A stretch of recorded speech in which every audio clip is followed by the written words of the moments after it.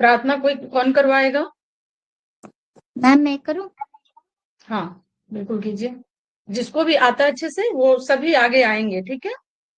चलेंगे।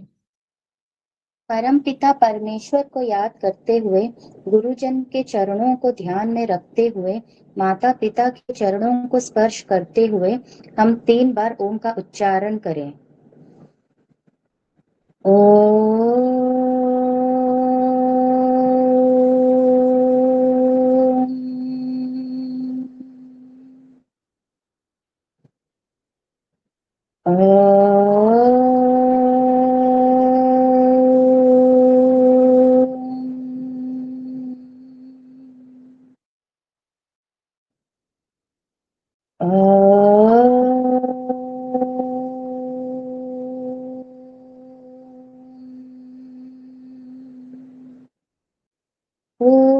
भूर्भुवस्वः तत्सवितुर्वरेण्यं भर्गो देवस्य धीमहि धियो यो नः प्रचोदयात्। ॐ त्र्यम्बकं यजामहे सुगन्धिं पुष्टिवर्धनम् उर्वारुकमिव बन्धनान् मृत्योर्मोक्षेयमामृतात्। ॐ गुरुर्ब्रह्मा गुरुर्विष्णु गुरुर्देव महेश्वरा गुरुः साक्षात् परब्रह्म तस्मै श्रीगुरवे नमः। ॐ शान्ति शान्ति शान्तिः।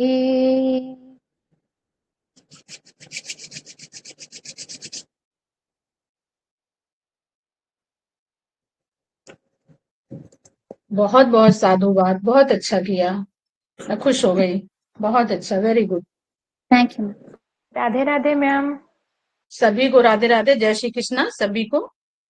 ठीक है, ऐसे सभी को लर्न होने चाहिए। और लर्न होने का मतलब यहाँ अगर आप भूलते हैं तो उस चीज को हम सुधार कर सकते हैं, है ना? या यहाँ सीखने की प्रक्रिया चले, एक तरह से ये आपका लर्निंग पार्ट है। हर चीज यहाँ आप सीख सकते हैं और यहाँ सीखा हुआ लाइफ टाइम आपको काम आने वाला है।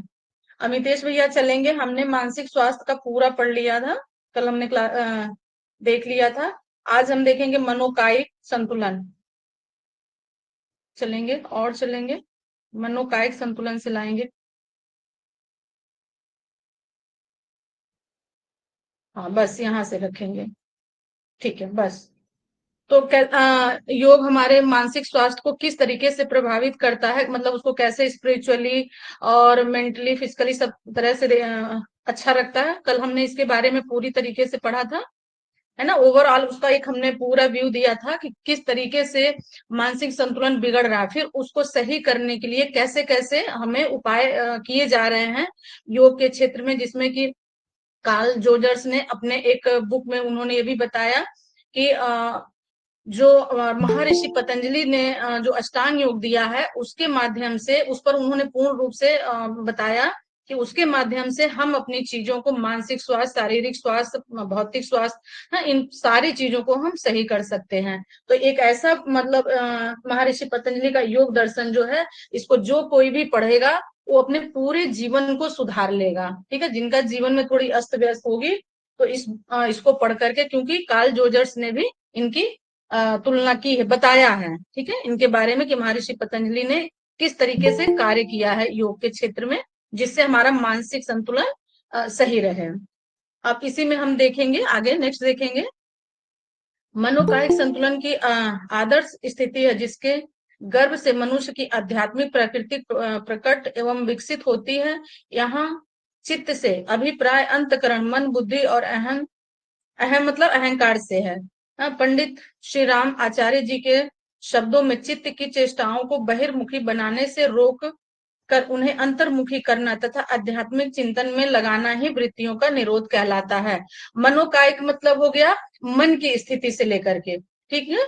एक होता है मनोकायिक और एक होता है मतलब दैहिक, ठीक है। तो वो देह के ऊपर होता है, यानी बॉडी के ऊपर होता है। अब मनोकायिक मतलब मन से होता है। तो इसी में महर्षि पंडित आचार्य शर्मा ने, जो कि सबको मालूम होगा पंडित आचार्य शर्मा कौन जी है, गायत्री मंत्र वहीं से मिला है, ठीक है, हरिद्वार में उनका बहुत बड़ा अपना वो है, मतलब क्या कहते हैं, वहाँ यूनिवर्सिटी भी है, इंटरनेशनल यूनिवर्सिटी है, जो कि है देव संस्कृति विश्वविद्यालय, ठीक है, उसकी स्थापना उन्होंने किया है।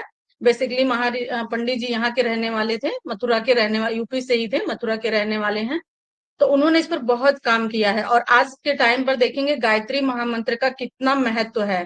कहते हैं एक बार एक बार गायत्री मंत्र बोलने से पूरे दिन की जितने पाप होते हैं वो धुल जाते हैं, खत्म हो जाते हैं। ठीक है, 2 बार पढ़ लेने से दिन और रात के जितने आपके दोष होते हैं वो खत्म हो जाते हैं। इस तरीके से बहुत सारी इन्होंने गायत्री मंत्र पर लोगों को जागृत किया है। ठीक है, तो इनका कहना है, हमारे पंडित जी का कहना है, आचार्य श्री राम शर्मा जी का, कि अपने मन को हमें बहिर्मुखी नहीं करना है। बहिर्मुखी मतलब बाहर की दुनिया में नहीं देखना है, क्योंकि जो चीज आप बाहर देखने जा रहे हो तो वहां आपका मतलब क्या कहते हैं, सर्वनाश होने से कोई नहीं रोक सकता। ठीक है, आपकी चीजों को बिगड़ने से कोई नहीं रोक सकता है। और वही अगर हम अंतर्मुखी देखते हैं, यानी खुद में ही हम देखते हैं, तो देखेंगे कि आप एक आध्यात्मिक की तरफ भी जाएंगे, अपनी स्थिति को आप किस तरीके से सुदृढ़ कर सकते हैं। तो हमेशा हमने अभी क्या स्टार्टिंग से ही आप लोगों को क्या बताया कि खुद में देखिए, स्वाध्याय कीजिए, खुद को देखिए, दूसरों को मत देखिए। जब हम कभी दूसरों को देखने जाते हैं तो वहां हमारी वृत्तियां जो होते हैं, यानी हमारे थॉट जो होते हैं ना, वो अलग अलग दिशाओं में जाते हैं और अलग अलग तरीके से काम करते हैं। फिर कभी जब जहां हमारी मानसिक स्थिति थोड़ी वीक होती है तो लगता है अरे वो व्यक्ति ऐसा कर रहा तो हम भी कर लेंगे, तो क्या क्या हो जाएगा, कुछ नहीं होगा। उसने ऐसा किया, मतलब कुछ भी गलत काम जैसे उससे रिलेटेड। ठीक है, तो क्या हुआ, ये देख देख करके ही जो है हम बिगड़ते भी हैं और देख देख करके ही हम बनते भी हैं। ठीक है, जिन्होंने सोच लिया कि हमें अपने आप को कहीं इंप्रूव करना है, अपनी चीजों को बिल्डअप करना है, समाज में कुछ नया चीजें स्थापित करनी है, तो वो खुद में व्यक्ति देखना शुरू कर देगा, फिर वो दूसरी की तरफ नहीं देखेगा। तो आचार्य पंडित शर्मा जी का यही कहना है कि अपने मन को बाहर की तरफ ना ले जाकर के अंतर्मुखी करो।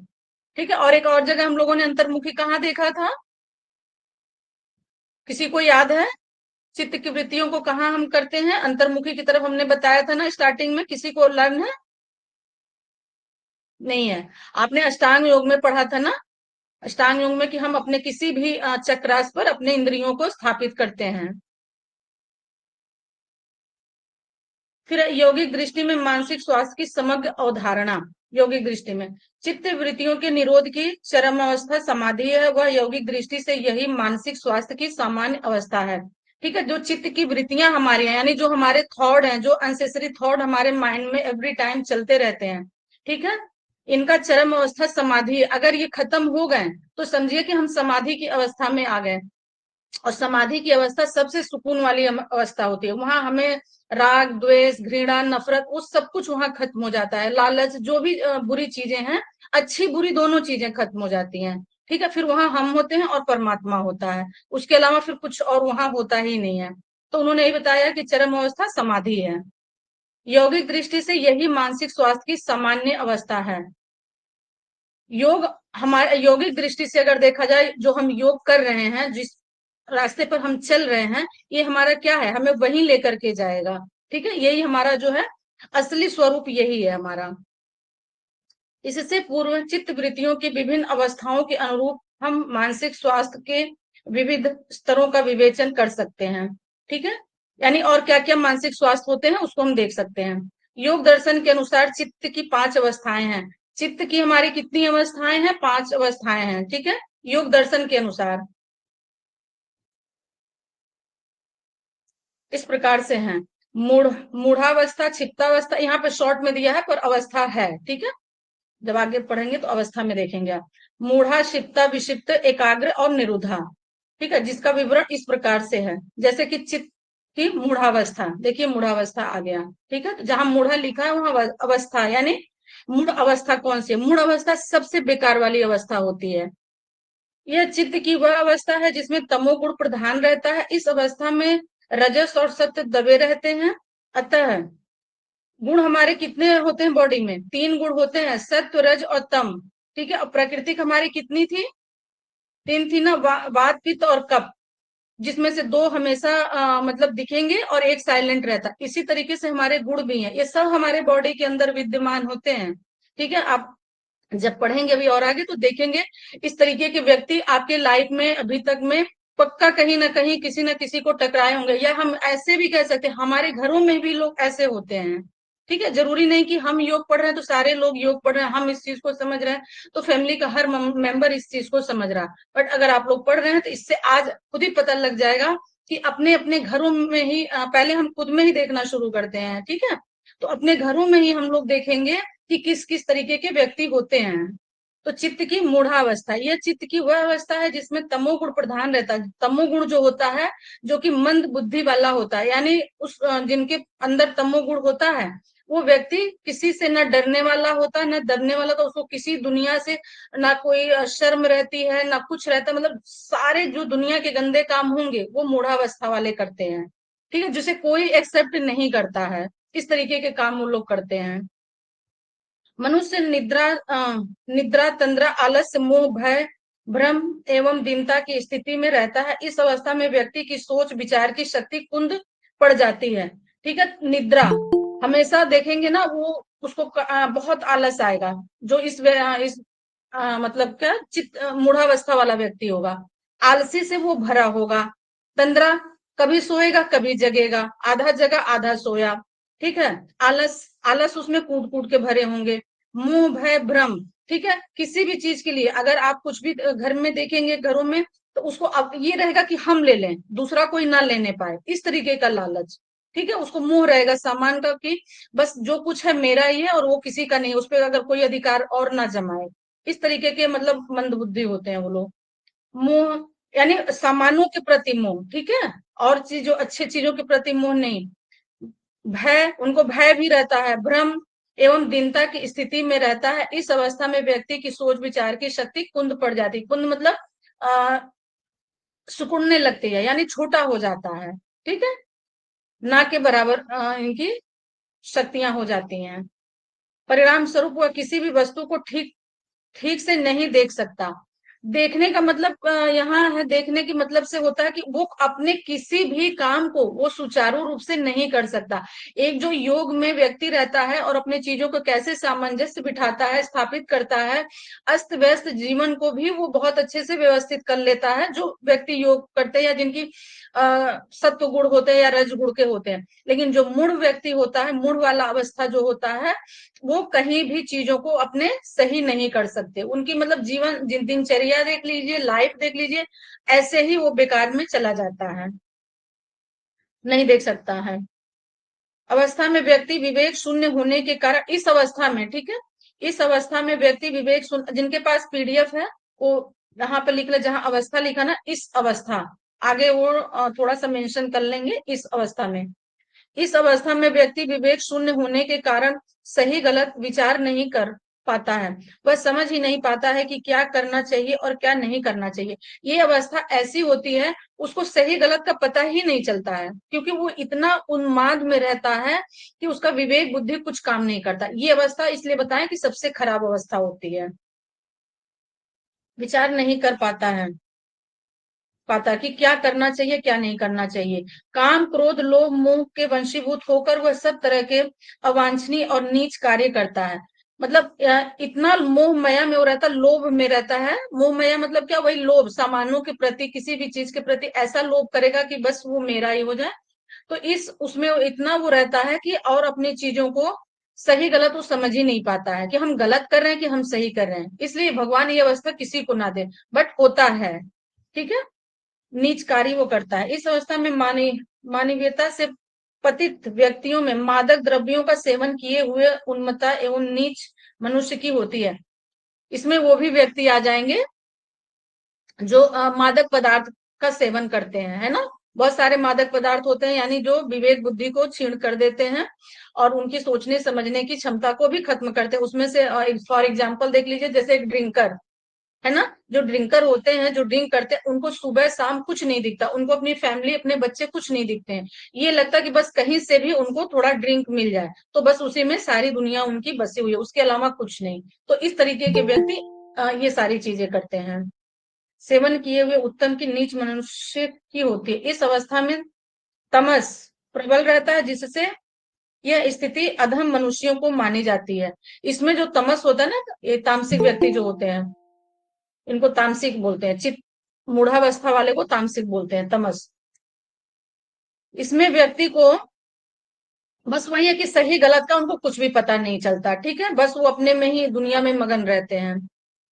मनोविज्ञान की दृष्टि में यह सामान्य व्यवहार से विचलित विचलित व्यक्ति को विचलित व्यक्ति को स्थिति है जिसका मानसिक स्वास्थ्य गंभीर रूप से रुग्ण है। इसे असामान्य व्यवहार की गंभीर विकृति अवस्था कह सकते हैं, जिसका उचित उपचार अपेक्षित है। ठीक है, इनका उपचार भी नहीं हो सकता है। इनको कोई चाहे कि सुधार ले अपनी बातों से, जब तक वो खुद नहीं या उनकी काउंसलिंग हो ऐसे लोगों से, घर के तो किसी व्यक्ति की वो बात ही नहीं सुनेंगे। उनको लगेगा घर का व्यक्ति जो समझा रहा है वो गलत बोल रहा है। ठीक है, अगर उनको कोई ऐसे डॉक्टर से काउंसलिंग कराई जाए, उनका ड्रिंक छुड़ाया जाए कुछ इस तरीके से, तो हम थोड़ी सी उम्मीद कर सकते हैं, अदरवाइज सुधरने की कोई संभावना नहीं होती है। ठीक है, बस इसका इतना मतलब है। चित्त की विषिप्त अवस्था, अमितेश भैया इसको थोड़ा और स्क्रॉल करेंगे और ले चलेंगे। बस बस, चित्त की विषिप्त अवस्था, 5 अवस्थाएं थे ना, अभी हमने एक पढ़ा, अभी दूसरा देख रहे हैं। यह चित्त की रजोगुण प्रधान दशा है जिसमें सत्व और तमस दबे रहते हैं। ठीक है, इसमें सत्व और तमस भी दबे रहते हैं, तो इसमें आप देखेंगे चित्त की ये रजोगुण होता है और तमस दबे रहते हैं। इस अवस्था में चित्त अति चंचल होता है, जो निरंतर अपने सुख साधनों के पीछे भागता रहता है। यह मन की बहिर्मुखी स्थिति है जिसमें चित्त अभिन्न ज्ञानेंद्रियों के द्वारा बस सब तरफ दौड़ता रहता है। ऐसा चित्त बराबर अशांत और अस्थिर बना रहता है। तो अभी आपने क्या देखा था, मूढ़ावस्था, जो कि तामस अवस्था थी, तमस।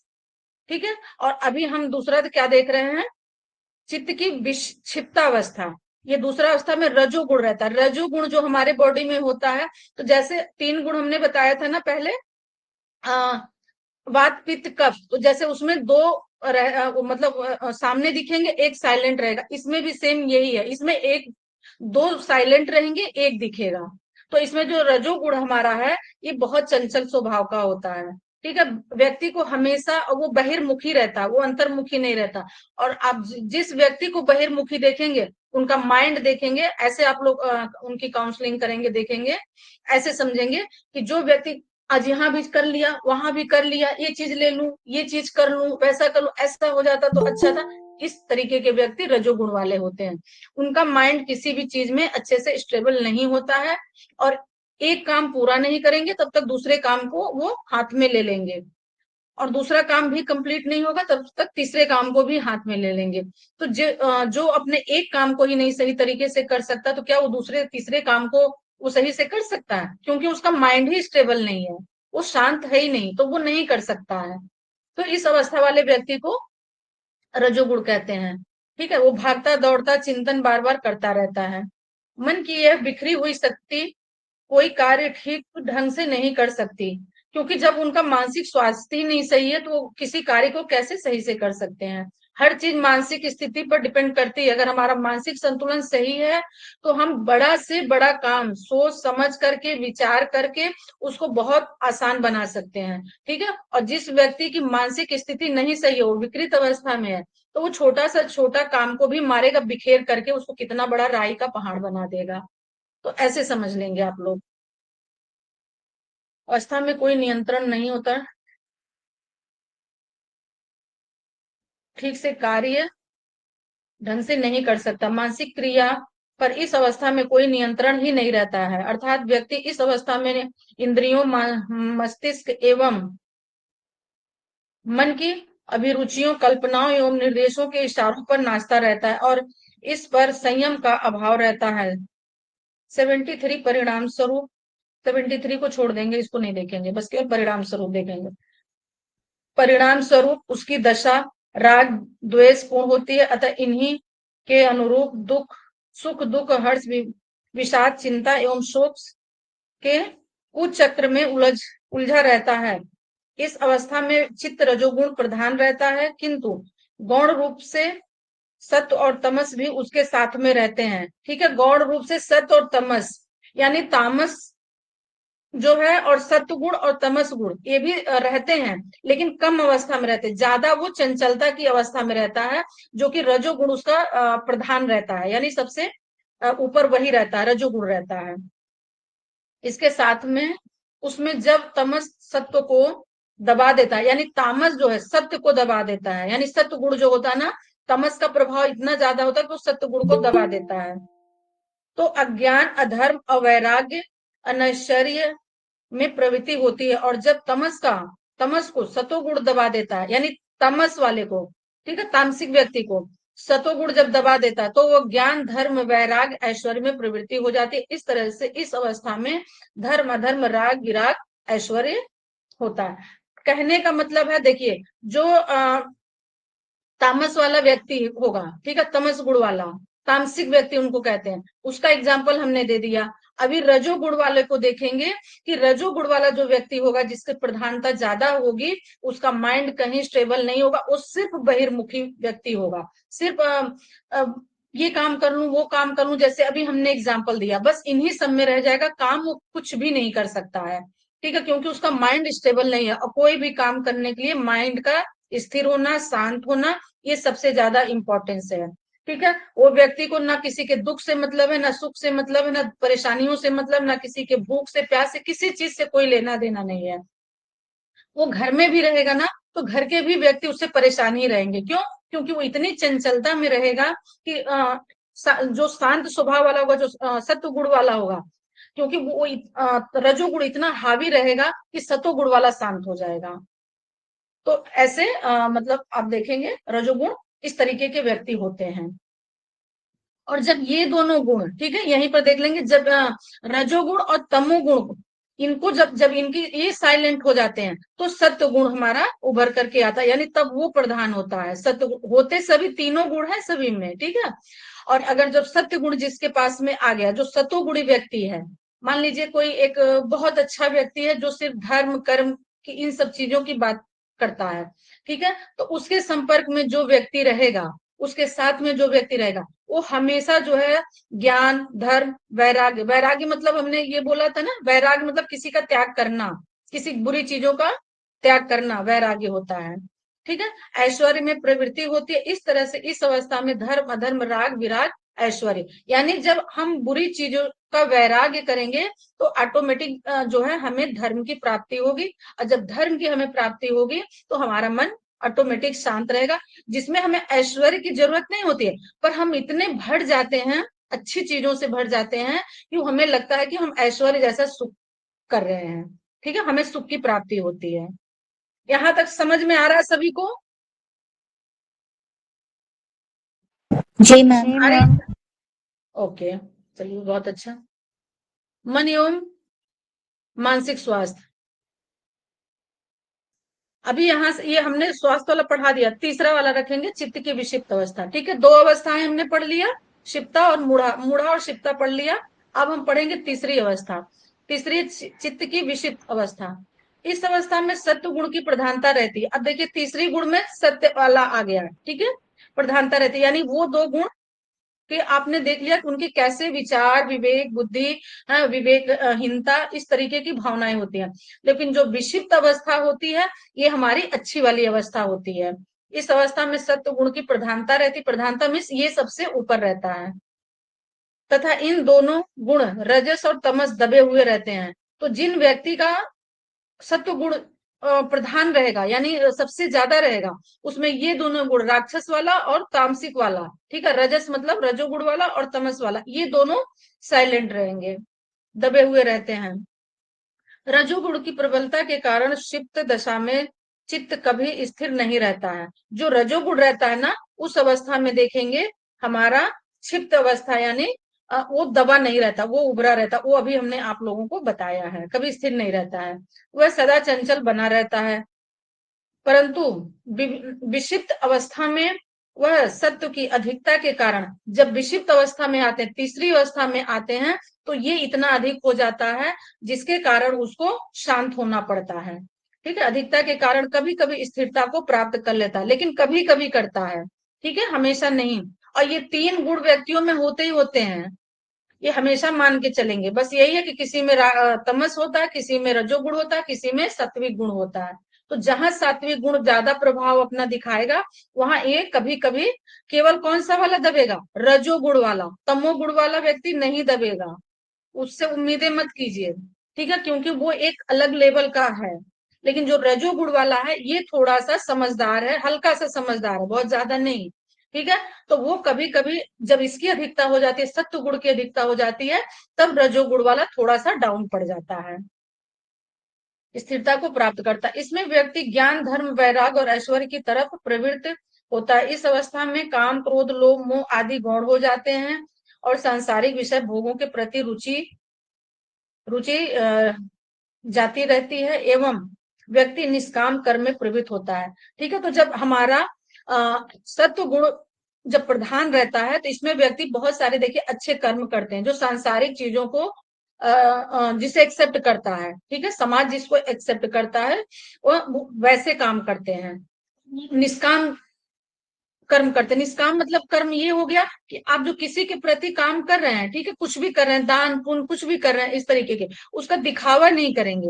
वो अपना धर्म समझ करके, अपनी एक क्या कह सकते हैं, अपना वर्क समझ करके कि ये मेरा धर्म है, ये मुझे करना चाहिए, ये व्यक्ति के अंदर ऑटोमेटिक आ जाता है, जो सत्व गुण वाला व्यक्ति होता है, ठीक है। तो निष्काम निस्वार्थ भाव जिसको बोलते हैं, निष्काम उसी को बोलते हैं। वो इस ऐसी प्रवृत्ति रखता है, यानी ऐसी सोच रखता है। किंतु चित्त की स्थिरता अस्थाई नहीं रहती है, लेकिन इसमें भी फिर भी चित्त की जो अवस्था होती है ना, वो स्थायी नहीं रहती, एक जगह नहीं रहती है। बीच बीच में रजस के उभार के कारण आंशिक अस्थिरता एवं चंचलता आ जाती है। यानी इस स्थिति में भी कभी कभी ऐसा होता है, जब सत्वगुण भी जिसके अंदर होते हैं, इसमें ये अटैक करता है, कौन सा, रजोगुण वाला, ठीक है। जब रजोगुण वाला अटैक करता है, कभी वो हावी हो जाता है, कभी ये हावी हो जाता है, ठीक है। तो जब ये अटैक करता है, तो मन जो है इसमें भी कभी कभी चंचल हो जाता है, यानी वो भी अपने रास्ते से डगमगाना शुरू कर देता है। इस तरह चित्त आंतरिक स्थिरता को ही प्राप्त करता है, ठीक है। तो चित्त जो हमारा है, मन हमारा है, वो आंतरिक स्थिरता, इसमें जब ये परेशान करेगा रजोगुण वाला, तो लेकिन अगर सात्विक गुण प्रधान है, ज्यादा है, ठीक है, तो देखेंगे मतलब थोड़ा सा डगमगाएगा तो जरूर, लेकिन उसका मन जो है आंतरिक में ही लगेगा। होता है ना, सत्य की नाव डगमगा सकती है मगर डूब नहीं सकती है, तो बस इसका एग्जाम्पल यही है। तो थोड़ा सा वो डगमगा जरूर जाता, भटक जाता है अपने रास्ते से, लेकिन वो डूबता नहीं है। इस तरह चित्त की आंतरिक स्थिति को ही प्राप्त होता, इसमें चित्त का पूरी तरह से निरोध नहीं हो पाता, किंतु इस अवस्था में एकाग्रता प्रारंभ हो जाती है। जब सात्विक अवस्था हमारी आ जाती है, यानी चित्त की विक्षिप्त अवस्था आती है, तीसरी अवस्था हमारी कौन सी विक्षिप्त अवस्था है, इसमें हमारे सत्व गुण जो आ जाते हैं, तो ये अटैक तो करता है, रजोगुण वाला अटैक करता है, ठीक है, उससे हमारा मन भी घबरा जाता है। लेकिन हम उस रास्ते पर अब चल देते हैं कि दो अवस्थाओं को हम पूरी तरीके से त्याग चुके हैं, कौन कौन सी, तामस और गौड़ अवस्था, ठीक है। इन अवस्थाओं को हम पूरी तरीके से, ऐसा लगता है कि अब हम त्यागने की स्थिति में हैं, तभी जाकर के हमारा सत्व गुण प्रधान होता है, और वो हमारे पे जब मन अंदर की अंतर्मुखी होने लगता है, तो यानी कि हमने उन दोनों पर विजय पा लिया है, ठीक है, उन दोनों से अब हम मुक्त हो गए। अब फिर हम एकाग्रता अवस्था की तरफ चले जाते हैं, क्योंकि जो दो बुरी वाली अवस्थाएं हैं, उनको हम पूरी तरीके से त्याग करने की कोशिश करते हैं तीसरी अवस्था में। मेरी बात समझ में आ रही है? एक बार पूछ लूं ताकि मैं फिर से उसको समझा सकूं, ठीक है। हाँ। तो तीन अवस्थाओं में दो अवस्थाएं जो बुरी वाली अवस्थाएं हैं, इनको छोड़ करके हम जब तीसरी अवस्था में प्रवेश करते हैं, तो तीसरी अवस्था में जो है रजोगुण हमें थोड़ा डिस्टर्ब करता है, यानी अपना प्रभाव कभी कभी डालता है कि तुम भी गलत काम करो, मैं कर रहा हूं तो तुम भी करो। तो उस अवस्था में सत्व गुण कहता है कि नहीं, मतलब उसको भी लालच थोड़ा सा होता है ना, इंसान लालच देता है किसी चीज का, तो ये हम कह सकते हैं कि उस लालच में आ जाता है कि मैं भी गलत कर लूं या ना करूं, कर लूं ना करूं, इस अवस्था में रहता है। लेकिन लास्ट में वो अपनी अवस्था ही चुनता, सत्य अवस्था जो है उसको चुनता, जो प्रधान अवस्था है। फिर यहां से ये तीनों अवस्थाएं हमारी मतलब इसका हम वैराग्य करते हैं, इन तीनों अवस्थाओं को फिर वैराग्य करके चौथी अवस्था में आते हैं, जो कि हमारी होती है एकाग्र अवस्था, ठीक है। ये अवस्था हमारी सबसे अच्छी वाली, मतलब सबसे अच्छी नहीं, इससे भी अच्छी एक और है, लेकिन ये जो चौथी अवस्था उसमें हम प्रवेश करते हैं, जब तीसरी अवस्था को हम पूरी तरीके से त्याग कर देते हैं, तब एकाग्रता प्रारंभ हो जाती है। यहीं से समाधि का प्रारंभ होता है। ठीक है, तो देखेंगे जहां से एकाग्रता की भावना आएगी, जो आप ऐसा सोचिए, बता रही हूँ, एग्जाम्पल दे रही हूँ, आप लोग कभी भी जो व्यक्ति अकेला होगा तो उसको कभी ऐसा मत सोचिएगा कि उसको लोग छोड़ के चले गए, उसे समाज पसंद नहीं करता या कुछ ऐसी चीज होंगी। अकेला व्यक्ति हमेशा योद्धा होता है, इस बात का, आप योगी लोग हैं तो इस बात का ध्यान रखेंगे। अकेले व्यक्ति हमेशा ऐसे कार्य करता है कि जितनी बुरी चीजें लोग होते हैं ना, उसको एक्सेप्ट नहीं कर पाते हैं, या परमात्मा ऐसा उनको बना देता है कि बुरे लोग उसको ऑटोमेटिक छोड़ के चले जाते हैं, कोई ना कोई ऐसा रास्ता बना देता है, और वो व्यक्ति अकेला रहता है। अकेला मतलब ऐसा नहीं कि समाज से अकेला, वो मन से अकेला हो जाता है, और उसको वो अकेलापन ही पसंद होता है। वहीं से उसकी आध्यात्मिक यात्रा शुरू होती है, जो कि समाधि की तरफ लेकर के जाती है। और समाधि का मतलब एक निर्माण, एक अच्छे कार्य का निर्माण, एक समाज का निर्माण, अच्छे लोगों को, मतलब लोगों को अच्छी बातें बताना। हाँ, जब आप इतिहास उठा करके देखेंगे तब एकाग्र अवस्था की आपको पता चलेगा कि कितना ये इंपॉर्टेंस होता है। एकाग्र में कौन रहता था, ध्यान करते थे, स्वामी विवेकानंद हो गए हैं, तो बहुत सारे, ठीक है, और सबका नाम हम काउंट नहीं करवा पाएंगे, गौतम बुद्ध हो गए। इसी तरीके से एक जैन धर्म के थे, कौन से, वो महावीर स्वामी हो गए, है ना। इस तरीके के लोगों को आप देखेंगे, और अगर ये एकाग्रता की अवस्था नहीं अपनाते तो ये कभी भी आज फेमस नहीं हो पाते हैं।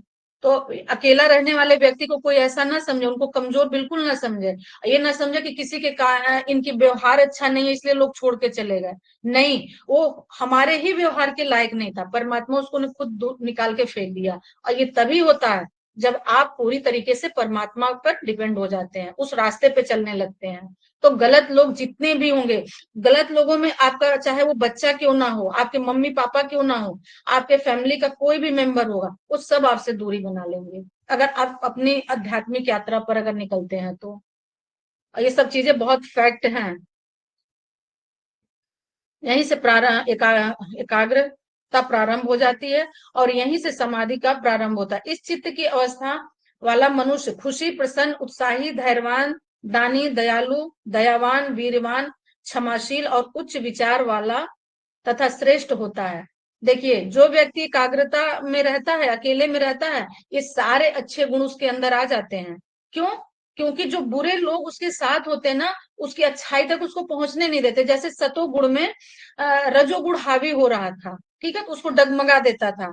तो जब भी वो अच्छा कार्य करने सत्वगुण वाला जा रहा था, तो वो कहता था, अरे यार छोड़ो, इसमें क्या रखा है, हम ऐसे उदंडता करेंगे, तो वहां वो व्यक्ति डगमगा जाता था। ठीक है, लेकिन जब उसने अपने पे सत्व गुण ने जब अपने पे कंट्रोल कर लिया कि नहीं, ये रास्ता ठीक नहीं है, हमें परमात्मा वाला रास्ता ठीक है, जो समाज के लिए ठीक है, जो अपना अंतरात्मा कह रहा, जब उसकी बात माने, तो वो सत्व गुण को भी पार करके एकाग्रता में आया। और जब एकाग्रता का गुण उसके अंदर आ गया, तो ये जितने सारी चीजें, धैर्यवान, प्रसन्न, उत्साही, ये सब उसके लाइफ में आ गया। ठीक है, और ये सब सत्य बात हम बोल रहे हैं आप लोगों को। और ये सब चीजें जब आ जाती है ना, तो व्यक्ति को एक एक ऐसा अनुभव होने लगता है कि आप जो अपने मुंह से वाणी निकालेंगे वो सत्य हो जाएगा। और जो कुछ माइंड में अपने कल्पना करेंगे, परमात्मा जब रात को सोएंगे या मॉर्निंग में देखेंगे, ऐसी कल्पना करेंगे कि आपको जीवन में जो कुछ चाहिए, परमात्मा कुछ टाइम के बाद वो ऐसा चक्र बना देते हैं, वो लाइफ में आपको मिल जाता है। उच्च विचार वाला तथा श्रेष्ठ होता है। यह अवस्था उन जिज्ञासाओं की होती है जो अध्यात्म पथ के पाथिक बनने की भावना रखते हैं। ठीक है, जो अध्यात्म की पाथिक, और अध्यात्म में ऐसा कभी भी मत सोचिएगा किसी भी गलतफहमी में कि जो व्यक्ति अध्यात्म में है वो फैमिली मेंबर नहीं हो सकते हैं। वो घर परिवार में रह करके अपनी फैमिली को चलाते हुए पूरी तरीके से वो अध्यात्म में हो सकता है। ठीक है, ऐसा नहीं है कि अध्यात्म वाले जो कमंडल लेकर के पहाड़ों पे चले जाते सिर्फ वही आध्यात्मिक हो सकते हैं, ऐसा बिल्कुल भी नहीं, ये एब्सोल्युटली रॉन्ग है। घर में भी रह करके आप हैं, और चाहे हाउस वाइफ हो और चाहे मेल फीमेल, कोई भी आध्यात्मिक जीवन जी सकता है, और अपने परिवार के साथ में जी सकता है, फैमिली के साथ में भी आध्यात्मिक बन सकता है। ठीक है, और जो व्यक्ति फैमिली में रह करके अध्यात्म को प्राप्त करता है, उससे बड़ा महान कोई नहीं होता, वो सबसे महान होता है। क्यों? क्योंकि वो अपनी जिम्मेदारियों को निभाते हुए, अपने कार्यों को पूर्ण करते हुए वो अध्यात्म को प्राप्त करता है, तो भगवान उसको सबसे पहले एक्सेप्ट करते हैं। और जो लोग जिम्मेदार छोड़ करके चले जाते हैं पहाड़ों पर या एकांत ढूंढते हैं सारी चीजें कि हमें देश दुनिया से मतलब नहीं, हम रिस्पॉन्सिबिलिटी नहीं फैमिली का उठाना चाहते, बच्चों का उठाना चाहते, उनको कभी अध्यात्म प्राप्त नहीं हो सकता, कभी हो ही नहीं सकता है। इसलिए नहीं होता कि परमात्मा ने एक उद्देश्य से भेजा है, ठीक है, धरती पर सॉरी, और उस उद्देश्य को पूर्ण करना हमारा परम कर्तव्य होता है, पहला कर्तव्य होता है। और अगर हम अपने उद्देश्यों को पूर्ति नहीं करते हैं तो परमात्मा हमारा हाथ कभी नहीं पकड़ेगा। तभी पकड़ेगा आप घर में भी रह करके अपनी इस चीजों को कर सकते हैं।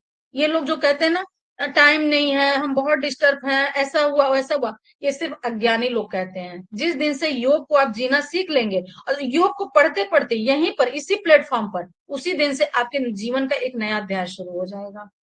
और उस अध्याय पर उस चलने लगेंगे, आप देखेंगे तो जीवन में जो चाहेंगे वो मिल जाएगा आपको। जिज्ञासु होती हैं, चलने की प्रयत्नशील, पथिक बनने की भावना रखते हुए उस पर चलने के लिए प्रयत्नशील रहते हैं। महान पुरुष एवं देवता भी इसी कोटि में आते हैं। जो महान पुरुष होते हैं और जो देवता होते हैं वो इसी कोटि में आते हैं। जो लोग बड़े बड़े मतलब जैसे साधु महात्मा आप लोगों ने देखा होगा ना कि वो अध्यात्म को प्राप्त कर लिए, उनको जल्दी परमात्मा एक्सेप्ट नहीं करता है। परमात्मा हम जैसे लोगों को एक्सेप्ट करता कि जो फैमिली में रह करके अपनी जिम्मेदारियों को निभाते हुए अध्यात्म के मार्ग पर चलते हैं, उनकी जल्दी सुनवाई होती है। नेक्स्ट चलेंगे भैया।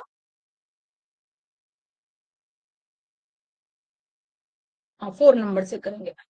ठीक है, तो ये सारे ओवरऑल हमने बता दिया। अब चित्त की चौथी अवस्था देखेंगे, एकाग्र अवस्था। चित्त की इस अवस्था में चित्त विशुद्ध सत्य रूप हो जाता है। यहाँ पर हमारा जो चित्त होता है ना पूरी तरीके से विशुद्ध हो जाता, मतलब विशुद्ध मतलब हो गया जितने हमारे वो बुरे चीजें परेशान कर रहे थे, रजतम है, और सत्य तो अच्छी वाली अवस्था होती है, पर सत्यों में वही कभी कभी डगमगाने वाली बात आ जाती है। फिर वहां से एकाग्र अवस्था स्टार्ट होती है। एकाग्र अवस्था में आप देखेंगे वो तीनों अवस्थाएं खत्म हो जाती हैं, यानी आप बेस्ट वाले अवस्था में आ गए हैं, विशुद्ध सत्य रूप हो जाता है। और रजस एवं तमस तो नाम मात्र के ही रह जाते हैं, ये बस अब नाम मात्र के रह गए, अब इनका इस एकाग्र अवस्था में इनका कोई काम नहीं है। रजोगुण एवं तमोगुण के विक्षेप रुक जाने से वृत्तियों का प्रवाह एक ही दिशा में बना रहता है। जब ये रजस और तमस जो बुरे गुण हमारे थे वो जब रुक जाते हैं, खत्म हो जाते हैं, तो देखेंगे हमारी वृत्तियां, जो हमारे चित्त की वृत्तियां हैं, ठीक है, जो पहले बहुत परेशान करती थी, अनसेसरी आती थी, वही जो जितना हमने अभी बताया आप लोगों को कि बुरे कर्मों वाले, ठीक है, फिर वो चीजें हट करके हमारी एक अध्यात्म की तरफ जो है बढ़ने लगता। तो जब बुरे चीजों को हम छोड़ेंगे तभी तो अच्छी चीजें हम प्राप्त करेंगे। ये जाहिर सी बात है ना। आप अगर सोच लीजिए कि हमको बुरा बनना है तो बुरा बनने के लिए सारी अच्छी चीजों को त्याग करना पड़ेगा, तभी आप बुरे बन सकते हैं बहुत ज्यादा, ठीक है। और अच्छा बनना है तो सारी बुरी चीजों को जब हम त्याग करेंगे तभी हम अच्छाई के रास्ते पे चल सकते हैं। इसको ऐसे ही समझ लेंगे। प्रवाह एक ही दिशा में बना रहता तथा तमोगुण की प्रधानता के कारण चित्त निर्मल स्फटिक मणि के समान पवित्र और स्थिर हो जाता है। तो जो दो वृत्तियां हमारी खत्म हो जाती हैं, तमो और रजोगुण खत्म हो जाती है, तो जहां से सत्व गुण के बाद हम जो एकाग्र अवस्था में आते हैं, यहाँ पर देखेंगे हमारा चित्र जो होता है स्फटिक मणि के समान, यानी स्फटिक मणि वो होता है जिसे ट्रांसपेरेंटी कहते हैं, ठीक है। यानी आप इधर भी देख सकते हैं और बाहर भी देख सकते हैं, अंतर भी देख सकते हैं, बाहर भी देख सकते हैं। उसको हम बोलते हैं स्फटिक मणि, यानी पूरी तरीके से शुद्ध। यानी उसको देखेंगे ना तो दोनों तरफ से आपको दिखेगा, अंदर का भी दिखेगा, बाहर की तरफ भी दिखेगा। उसको स्फटिक मणि बोलते हैं। स्फटिक मणि के समान पवित्र और स्थिर हो जाता है, तब उस अवस्था को एकाग्र अवस्था कहते हैं। इस अवस्था में पूर्व में अनुभूत बाह्य विषयों के संस्कार अवश्य बने रहते हैं। थोड़ी बहुत बाह्य विषयों का संस्कार, ठीक है, वो जो चित्त में संस्कार हमारे पड़े रहते हैं ना, चित्त में संस्कार का ये मतलब है कि आप ऐसे भी सकते हैं कि आप कॉलेज टाइम में पढ़ रहे थे, ठीक है, आप कितने सारे फ्रेंड थे, संस्कार हमेशा वही याद रहेंगे जो घटनाएं आपके साथ घटी होंगी, ठीक है, और वो अभी की भी हो सकती हैं और पहले की भी हो सकती हैं। तो संस्कार ऐसे ही बने रहते हैं। तो आप ऐसे कोई पूछ लेगा कि आपका क्या क्या सब्जेक्ट था, तो आप तुरंत नहीं बता सकते, या कौन कौन से फ्रेंड आपके थे, तो देखेंगे सडनली नहीं आप बता पाएंगे, कि क्योंकि काफी टाइम हो गया उस चीज से बाहर निकले हुए। लेकिन जैसे ही एक मिनट के लिए आप ऐसे सोचेंगे कि हाँ हमारे साथ कौन कौन था या क्या सब्जेक्ट थे, तो देखेंगे जो संस्कार आपके पहले बन चुके थे, यानी कौन आपका फ्रेंड था, क्या आपके सब्जेक्ट थे, वो फिर विद इन सेकेंड में आपको याद हो जाएगा, मतलब आ जाएगा आपके जबान पर। ठीक है, तो वो है तो हमारे संस्कार, जो पहले के पूर्व के संस्कार पड़े रहते हैं, अवश्य बने रहते हैं, जो कभी कभी आकस्मिक रूप से जागृत होकर के कभी कभी साधना में विघ्न उपस्थित करते रहते हैं। तो जब हम एकाग्र अवस्था में आते हैं, तो यही हमारे चित्त, यही हमारे चित्त जो इनिशियल वाले मतलब साधक होते हैं, जैसे कि हम लोग, ठीक है, आप लोग अभी नए नए आए हो, तो जो इनिशियल स्टार्टिंग वाले जो साधक होते हैं, उनके चित्त पर वो तुरंत ध्यान नहीं लगेगा। जब आप ध्यान की अवस्था में बैठेंगे, तो वो कोई जो पहले के संस्कार पड़े होंगे वो देखेंगे एक्टिव हो जाएंगे, वो थोड़ा थोड़ा आने लगे, मतलब घर की कोई भी चीज आपको याद आ सकती है, ठीक है, तो वही जो पहले के संस्कार होते हैं वो याद आने लगता है। पर ये वैराग्य के द्वारा धीरे धीरे ये खत्म भी हो जाता है। प्रायश्चित एकाग्र ही रहता है, समस्त विषयों से हट करके एक ही विषय पर ध्यान लग जाने के कारण यह समाधि के लिए उपयुक्त अवस्था हो जाती है।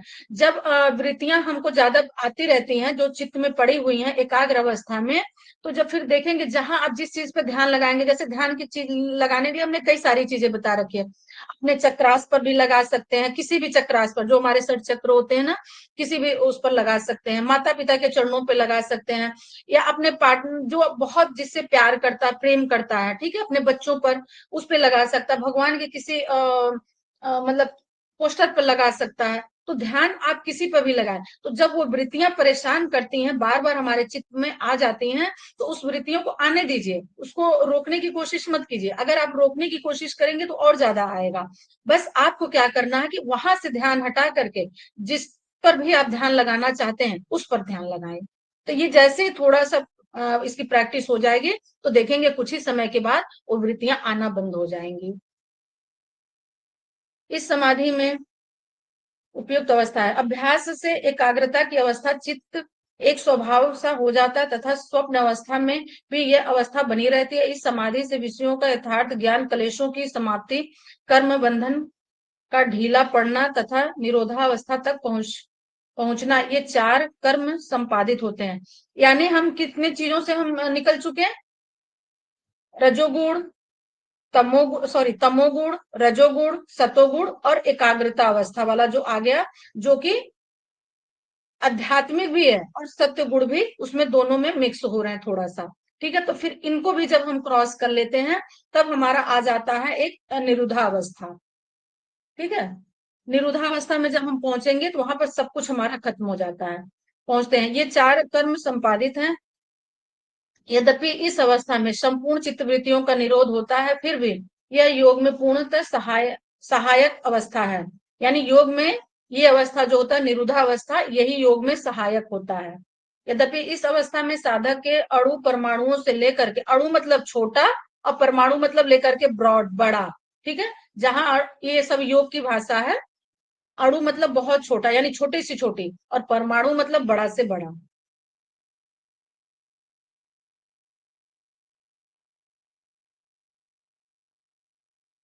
से लेकर के महत्व पर्यंत समाप्त विषयों का साक्षात्कार यानी यथार्थ ज्ञान प्राप्त हो जाता है।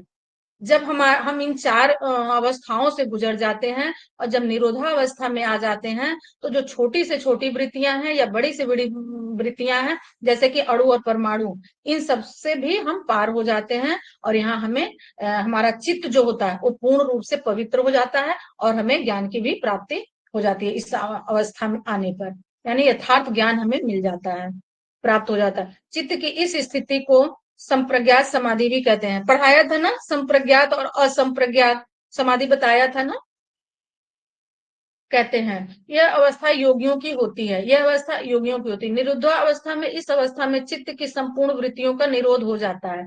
जब निरुद्धा अवस्था आती है तो ये संपूर्ण जो वृत्तियां हमारी और चारों हैं, या जो भी थॉट हमारे चलते रहते हैं, जो अणु परमाणु जो भी हैं, ये सारे यहाँ पर निरोध हो जाते हैं, खत्म हो जाते हैं। निरोध मतलब सब समाप्त, सारी वृत्तियां खत्म। निरोध मतलब पूरी तरीके से शून्य अवस्था में चित्त की संपूर्ण वृत्तियों का निरोध हो जाता है। चित्त में स्थिरता पूर्ण रूप से स्थापित हो जाता है। एकाग्र अवस्था में साधक को आत्मा और चित्त के भेद का साक्षात्कार हो जाता है। जब इस अवस्था में हम आते हैं तो आप देखेंगे कि हमारा जो चित्त इतना निर्मल स्वच्छ हो जाता है कि हमें साक्षात्कार जो है परमात्मा के दर्शन होने लगते हैं। ठीक है, ये हम सिर्फ साधना से कर सकते हैं। जो साधना हमारी होती है ना, जो ध्यान, ये उससे ही हमको ये प्राप्ति होगी। उसके लिए आपको अष्टांग योग से गुजरना होगा, उसके लिए आपको 60 कर्मों से गुजरना होगा। जब इन सब चीजों से आप निवृत्त हो जाएंगे तब देखेंगे ध्यान की अवस्था कितनी अच्छी आपकी हो जाएगी। ध्यान की अवस्था से भी हम बहुत सारी बीमारियों पर, सबसे बड़ी बीमारी क्या है? हमारी मानसिक बीमारी। ठीक है, अगर हमारा मानसिक सही से काम करने लगा तो देखेंगे हम बीमारियों पर किस तरीके से कंट्रोल पा लेंगे, क्योंकि सारी बीमारियों का जड़ क्या है? हमारा दिमाग, हमारा माइंड। ठीक है, और यहीं से सारी बीमारियां उभरती हैं, यहीं से आती हैं। सोचना, टेंशन करना, अगर आप विद इन 10 डेज सोच लेते हैं कहीं ऐसा तो नहीं ये बीमारी हो जाएगी, कहीं ऐसा तो नहीं ये बीमारी हो जाएगी, नहीं भी होनी होगी तो भी हो जाएगी। तो इसलिए हमेशा पॉजिटिव रहिए, यानी अपने मुंह से जो शब्द आप निकालिए ना, उसको पॉजिटिव वे में ही निकालिए। किसी को समझाना भी है ना, तो इतनी अच्छी लैंग्वेज आप यूज कीजिए कि वो लगे उसको कि अगर ये हमें समझा भी रहा तो कितना पॉजिटिव वे में समझा रहा है। देखिए आज इतना सारा केवल थोड़े से ही पढ़ाने में निकल गया, इसलिए हम बड़ा बड़ा ये टॉपिक आप लोगों को पढ़ने को देते हैं। हम सिर्फ समझाने का काम इसीलिए कर रहे हैं, क्यों? क्योंकि आज और कल में इसको खत्म करना है। ठीक है, अभी ले चलेंगे भैया इसको, लास्ट ले चलेंगे एकाग्र अवस्था। ये सारे वही हैं, ठीक है, जो अभी हमने पूरा आपको अवस्थाएं समझाई हैं। बस लास्ट में निरुद्धावस्था ले चलो। निरुद्धावस्था एक बार समझा दें। बैक करो और बैक करो, 5वां, 5 नंबर का। इन टाइम भी नहीं है अभी। ठीक है, 5वां ले चलो इसको अपना, तो फिर मैं बताती हूँ 5 नंबर का निरुद्धावस्था कहाँ है। हो रही है क्या? चित्त की 4 अवस्था, एक निरुद्धा। अच्छा ठीक है, निरुद्धावस्था इसी में देखिए हमने पढ़ा दिया है, नंबर नहीं दिया है यहाँ, 5 नंबर आप लोग डाल लेंगे। ठीक है, मिस प्रिंट हो गया होगा। निरुद्धावस्था देख लेंगे आप लोग, वहां 5 नंबर डाल करके और हेडलाइन उसके अंदर कर देंगे, तो यहाँ यथार्थ ज्ञान हो जाता है। ठीक है, यहाँ तक आज का आपका कंप्लीट हो गया। अभी किसी का कोई क्वेश्चन है? टाइम भी ओवर हो गया। अभी जो 5 अवस्थाएं हमने आप लोगों को पढ़ाया है, ये बताइए किसको किसको समझ में आया? और ये समझना बहुत जरूरी है जीवन के लिए। मैम समझ आ गया। आ गया समझ में? ठीक मैम है, ये तो 5 अवस्थाएं। मैम हाँ आयुर्वेदिक बताइए। चिकित्सा में मन की मानसिक स्थिति की अवधारणा, इसमें क्या है? कल इसको भी वाला पढ़ा? पूछ रहे हैं आप कि आज वाला पूछ रहे हैं? नहीं, आज वाला ही अभी पढ़ाया जाएगा आयुर्वेदिक चिकित्सा हाँ में। हाँ, अभी पढ़ाया जाएगा। अभी यही है ना, देखिए इतना मतलब हम इसीलिए जो है ये सारे पढ़ते नहीं है, खाली पॉइंट टू पॉइंट इसीलिए समझाते। क्यों? क्योंकि इतना पढ़ने में बस 4 चीजें हमने पढ़ाई, छोटे छोटे टॉपिक, और टाइम ओवर हो गया।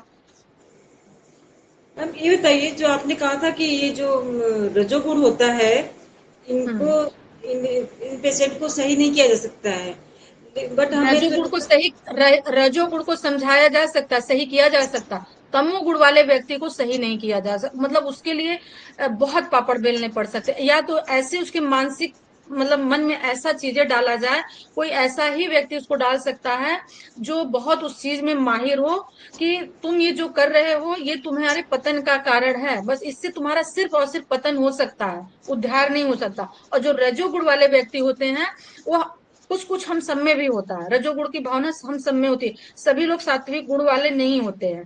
ठीक है, लेकिन रजोगुण वाला व्यक्ति थोड़ा सा ऊपर ऊपर माइंड वाला होता है, लेकिन उसको हम समझा सकते हैं, उसको हम सुधार सकते हैं, उसकी गुंजाइश होती है सुधरने की। मैम लेकिन तमो गुण वाले की जो होती है, योग के माध्यम से योग तो के कुछ भी कर सकते हैं। कुछ भी कर सकते हैं, लेकिन जब वो सुनेगा तब ना, तमोगुण वाला व्यक्ति जब सुनेगा आपकी तब ना, वो सुनेगा ही नहीं। यही सबसे बड़ी प्रॉब्लम है। अगर वो बात को आपके सुन ले, समझ ले, तो हम उसको कंट्रोल कर ले जाएंगे, लेकिन जब वो आपकी बात का कोई अहमियत नहीं देगा तो आप कैसे उसको समझा सकते हो। इसकी सबसे इंपॉर्टेंट चीज है काउंसलिंग। ऐसे एक्सपर्ट से उसकी काउंसलिंग, कि जो उसको ये चीज बता सके कि जो तुम्हारा गुण है, यानी जो तुम जिस प्रवृत्ति के तुम हो, ये तुम्हारे लिए ठीक नहीं, तुम्हारी फैमिली के लिए ठीक नहीं है, और तुम उसको अगर ऐसा बताएंगे तो भी वो नहीं सुनेगा। ये मैं लिख के दे सकती हूँ। बस उसको किसी बहाने से, किसी कारण से उसको अध्यात्म में लाएं, योग में लाएं, ध्यान मेडिटेशन में लाएं, कि ये करो, देखो इससे शायद कुछ अच्छा हो सकता है। ठीक है, ये हमने किया था, इससे हमको बड़ा फायदा हुआ। कुछ इस तरीके से हम उसको मोटिवेट कर सकते हैं। अदरवाइज उसकी कमियां बता के हम कभी उसको मोटिवेट नहीं कर सकते हैं। ये तमोगुण वाले व्यक्ति की खासियत होती है, क्योंकि वो सिर्फ अपने आप को प्योरिटी देता है, किसी को प्योरिटी नहीं देता है। बस यही यहाँ पर प्रॉब्लम है। बाकी रजो गुण वाले को आप अपने अकॉर्डिंग उसको मोटिवेट कर सकते हो, जैसे चाहोगे बना लोगे। और सत्व गुण वाले तो ऑटोमेटिक है ही है रास्ते पर। ठीक है। मैम ये गुण ज्यादा बच्चों में दिखाई देता है ज्यादातर। नहीं, बच्चों में ये ना ना, भावना बच्चों बिल्कुल में नहीं नहीं, होती है। नहीं, बच्चों में बिल्कुल नहीं होती है। ये बड़ों में होती ही। जैसे पेरेंट्स जो बचपन से, आपने सेकंड क्लास जो मैंने ज्वाइन किया था शकुंतला मैम, आपने सुना नहीं था। जिन लोगों ने क्लास ज्वाइन किया था, जो सेकंड डेज हमने बहुत बढ़िया बच्चों पे एक लेक्चर दिया था, कि जो बच्चों से कनेक्ट रहते हैं पेरेंट्स, वो जब 9 to 12 में बच्चे होते हैं, यानी 4 इयर्स जो बच्चों का होता है, 9 से लेकर 12 तक का, उस समय में पेरेंट्स को सबसे ज्यादा पेरेंट्स बनने की जरूरत है, उनका फ्रेंड बनने की जरूरत है। और जिस दिन आप अपने बच्चों का फ्रेंड बन गए, तो जो बच्चा आपका उस लाइन पर जा रहा है, वो बैक हो जाएगा, आपके अकॉर्डिंग हो जाएगा। क्योंकि 13 साल के बाद बच्चों में अपनी चीजें डालना इम्पॉसिबल है। 3 इयर्स से लेकर के 9 इयर्स तक अपने बच्चों को आप जो गुण देना चाहती हैं, सात्विक बनाना चाहती हैं, और ये एकाग्र वाला बनाना चाहती हैं, धार्मिक बनाना चाहती हैं, आप बना सकती हैं। लेकिन जैसे ही बच्चा 13 साल का हो जाएगा, अगर आप चाह लें कि हम इसको अपने अकॉर्डिंग मोड़ लें, तो थोड़ा नामुमकिन है। और 13 साल से लेके 19 साल तक जब बच्चे आते हैं, ये उस अवस्था में होते हैं, इतने अग्रेसिव होते हैं, कि इनको ये लगता है कि हमने जो बोला, जो कहा, ये हमारी ही चीजें सही है, मेरे पेरेंट्स गलत हैं। ठीक है। और इस समय जो 9 to 12 वाली अवस्था होती है, वहां पर आप एक पेरेंट्स ना होकर के आप एक फ्रेंड बनिए, तो अपने बच्चों को थोड़ी बहुत गुंजाइश हो सकती है कि आप लाइन पर ला सकते हैं। अदरवाइज दुनिया का कोई ताकत नहीं ला सकता। और फिर वो बच्चे, पता है कब जा करके, जब चीजें कुछ बिगड़ जाएंगे 22 इयर्स के बाद, तब उनको थोड़ी सी समझ में आएगी, 22 से लेकर 25 में, कि हमने अपनी लाइफ में कुछ गलतियां की, जिसका भरपाई करना नामुमकिन है। वो चाहेंगे कि हम भरपाई इसकी कर लें, जो गलतियां हमसे हुई, तो वो भर नहीं सकता है। ये चीजें होती हैं। तो जो हमने सेकंड क्लास जिस दिन लिया था, जिन लोगों ने क्लास ज्वाइन किया था, उस दिन बहुत अच्छे से इस चीज पर हमने चर्चा की थी, काफी डीप में। ठीक है। तो इस तरीके से, तो बच्चे को, अगर छोटा बच्चा आपका 13 साल के अंदर है, अभी भी आपके पास चांस है। बच्चे को आप जिस रास्ते पे ले जाना चाहेंगे ले जा लेंगे। उसके बाद मुश्किल है, मेरे ख्याल से। क्योंकि ये मनोविज्ञान कहता, हम नहीं कह रहे, मनोविज्ञान कहता। जब मनोविज्ञान को आप पढ़ेंगे, वहां पर सिगमंड फ्राइड को पढ़ेंगे, कार्ल जून्स को पढ़ेंगे, तब देखेंगे वहां पर किस तरीके से इनकी अवस्थाओं में चेंजेस आते हैं। यानी वो बच्चा जो 2 इयर्स का भी होता है ना, वो पेरेंट्स की एक्टिविटीज को देखता है, कि पेरेंट्स हमारे क्या करें। उनको बोल नहीं सकता, कह नहीं सकता, समझा नहीं सकता, लेकिन जो घर में वो बच्चा देखेगा ना, उस चीज को तुरंत कैच कर लेगा। 2 साल तो मैंने बहुत ज्यादा कह दिया।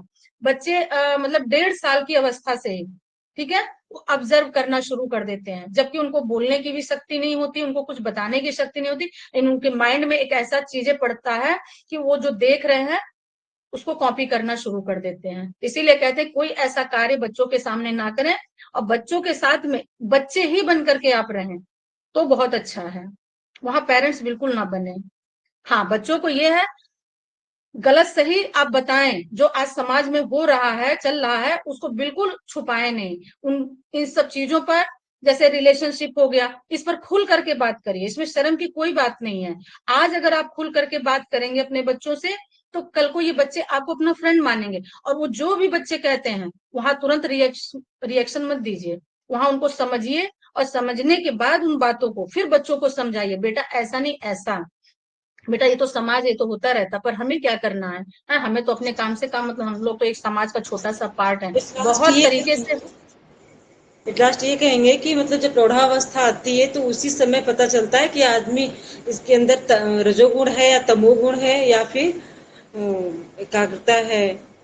नहीं, ये 12 ईयर से ही बच्चों का पता लग जाएगा कि आपका बच्चा कौन सी अवस्था में है, रजोगुण है, तमोगुण है, सतोगुण। वो छोटे से ही पता लग जाता है, क्योंकि बच्चा बहुत ज्यादा एग्रेसिव होता है, आपकी नहीं सुनता है, नहीं समझता है। आपको समझ में आ जाएगा। कुछ बच्चे होंगे देखेंगे, वो शांत स्वभाव के होते हैं, बचपन से ही पता लग जाता है। और ये ज्यादातर दूसरे जगह देखने की जरूरत नहीं, अपने ही बच्चों में हम देख सकते हैं। ठीक है क्या? मान लीजिए आजकल पेरेंट्स दो कर रहे हैं, बच्चे दो हो रहे हैं, किसी को एक पसंद है, एक कर रहा है, तो एक तो कभी मत करिए। क्योंकि एक जो बच्चा, जो लोग कर रहे हैं आज के समाज में, नई जनसंख्या बहुत बढ़ेगी, ये खुद के लिए भी हानिकारक है और बच्चों के लिए हानिकारक है। सबसे ज्यादा बच्चों के लिए, बच्चों को चाहिए अपना साथ। जैसे भगवान ने दो हाथ दिए, दो आंख दिए, दो पैर दिए, दो जमीन आसमान बनाया है, रात और दिन बनाया है, तो हर चीज पेयर में बनी है। तो बच्चे भी पेयर में ही रहे तो ज्यादा बेस्ट है। क्यों? क्योंकि जो बच्चे अपने भाई बहनों से, अपने सिबलिंग से जो चीजें वो एक शेयर कर लेंगे, शायद वो अपने पेरेंट्स से ना कर पाए। तो एक दोनों का वो कॉम्बिनेशन होना चाहिए। ठीक है? और कुछ, किसी का और कोई क्वेरी? किसी की कोई क्वेरी नहीं? सभी को समझ में आ रहा है? रजोगुण तमोगुण सब आ गया समझ में? ये सब हमारे लाइफ पार्ट्स हैं जो भी हम पढ़ा रहे हैं। ठीक है? केवल ये पढ़ने, ऐसा नहीं कि आपके कोर्स का पार्ट है, कोर्स का पार्ट है, लेकिन जब इसको अपने जीवन में आप देखेंगे, उतारेंगे, अपनी लाइफ में उतारेंगे, तो आपके जीवन का एक नया अध्याय शुरू हो जाएगा। ये आप खुद में फील करेंगे। बाकी जो लोग टाइम पास करने के लिए केवल सर्टिफिकेट के लिए पढ़ रहे हैं, तो उनको सर्टिफिकेट तो मिल जाएगा, लेकिन शायद वो इन सब चीजों से वंचित रह जाएंगे। और फिर यहीं से जो जन्म, जहां से आप योग छोड़ेंगे, फिर नेक्स्ट जन्म आपको लेना ही पड़ेगा। यहाँ से फिर आपका अध्यात्म शुरू। जब तक इस चीज को आप कंप्लीट नहीं कर लेंगे, तब तक आपका जीवन पूरा नहीं हो सकता है। अब ये चीजें योग ने हमको चुना है, योग, हमने योग को नहीं चुना है। नहीं तो शकुंतला मैम, आपको क्या जरूरत थी इस एज में योग करने की? है ना? मेरी बात को समझिएगा। कोई जरूरत नहीं थी। आप संपन्न हैं, सब कुछ संपन्न है, दो बच्चे हैं, बढ़िया से अच्छे से पढ़ लिख रहे हैं, सारी चीजें, कोई जरूरत नहीं थी। लेकिन ये कहीं ना कहीं आपका पहले का प्रारब्ध था, जो इसी टाइम पर आपने किसी कारण से या शरीर त्याग दिया होगा, या जिस भी कारण से होगा कि आप अपना योग कंप्लीट नहीं कर पाए होंगे। तो इसलिए अब यहाँ से आप आगे का जो अध्याय है उसको कंप्लीट करेंगे। ये जितने लोग प्लेटफॉर्म पर हैं, ये सभी के लिए है। इस सभी ने जो है कभी ना कभी किसी जन्म में योग किया होगा, उस योग को पूरा नहीं कर पाया होगा, किसी कारण से शरीर छूट गया होगा, तो फिर इस जन्म में योग आपको कहीं ना कहीं से खींच लाया। तो उम्मीद करती हूँ कि यहाँ से सभी लोग सर्टिफाइड हो गए होंगे आज के क्लास से। ठीक है? चलेंगे, शांति पाठ करेंगे। और शांति, शांति, शांति, सर्वारिष्टसु शांतिर्भवतु। दोनों हाथों को रब करेंगे, फेस पर लगाएंगे, कोमलता के साथ आंखों को खोलेंगे, ईश्वर को धन्यवाद करेंगे। चलेंगे। सभी को शुभ रात्रि। अच्छा, मैंने राधे कुछ राधे। हाँ, राधे राधे। मैंने कुछ वीडियो